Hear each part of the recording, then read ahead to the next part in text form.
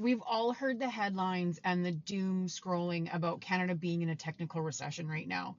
And everybody's acting like this housing market is about to fall into a sinkhole. But let's explain what that actually means. So a technical recession, is when our economy has had 2 quarters in contraction. So people just need to slow down for a second. That does not automatically mean every person is losing their job or that every house price is going to collapse and every buyer should wait for some magical 50% discount. That's absolutely not coming. The latest GDP data shows that Canada's economy has been weak. There's no denying that. There's no question.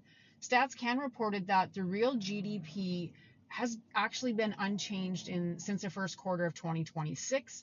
It declined in the fourth quarter of 2025.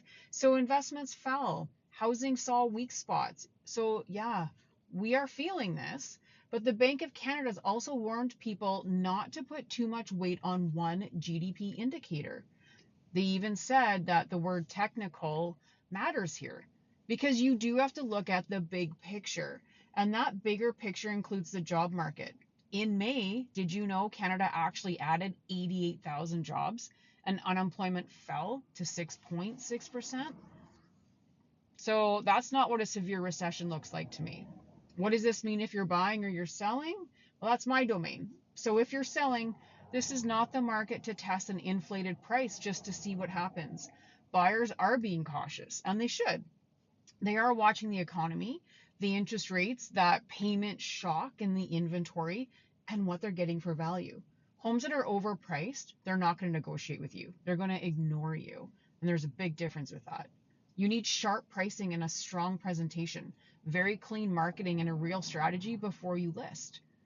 If you're buying, this does not mean that you should sit around and just wait for the market to crash because it's not going to happen.